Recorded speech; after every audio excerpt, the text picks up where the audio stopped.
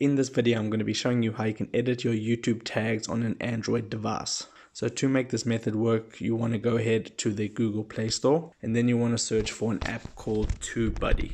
It's that first result over there. I'm going to tap on TubeBuddy, and as you can see, I have it installed already. So what I'm going to go ahead and do is open it up. Now you will need to sign in with Google, and don't worry, this is 100% YouTube certified, so you don't have to worry about your channel being at risk. I just wanted to mention also that this is an app that you can download for free, but they do have a paid option, and it comes in at just under $5 if you have less than 1,000 subscribers. So if you're a YouTube content creator, I recommend it highly. So I'm going to go ahead and tap on sign in with Google.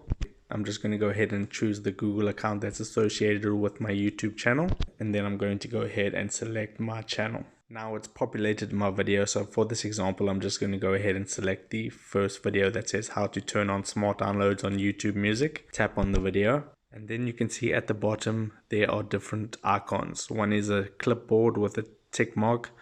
The next is a little tag icon. You want to go ahead and tap on the second option, which is the tags. This is going to go ahead and load up all your tags for your specific video that you selected. If you go ahead, you can see at the top right it says edit tags. Tap on that. And now if you tap on the three vertical dots next to any of the tags, it will say edit this tag or delete this tag. If you tap on edit this tag, you can go ahead and change the tag, click on save, and then your tag will have been edited. So that is how you edit your YouTube tags on a mobile device on Android. If you got some value out of this video, then I would appreciate it if you smash that like button and consider subscribing, because I'm uploading how-to videos about social media and your favorite apps every single day. So with that being said, I'll see you in my next video.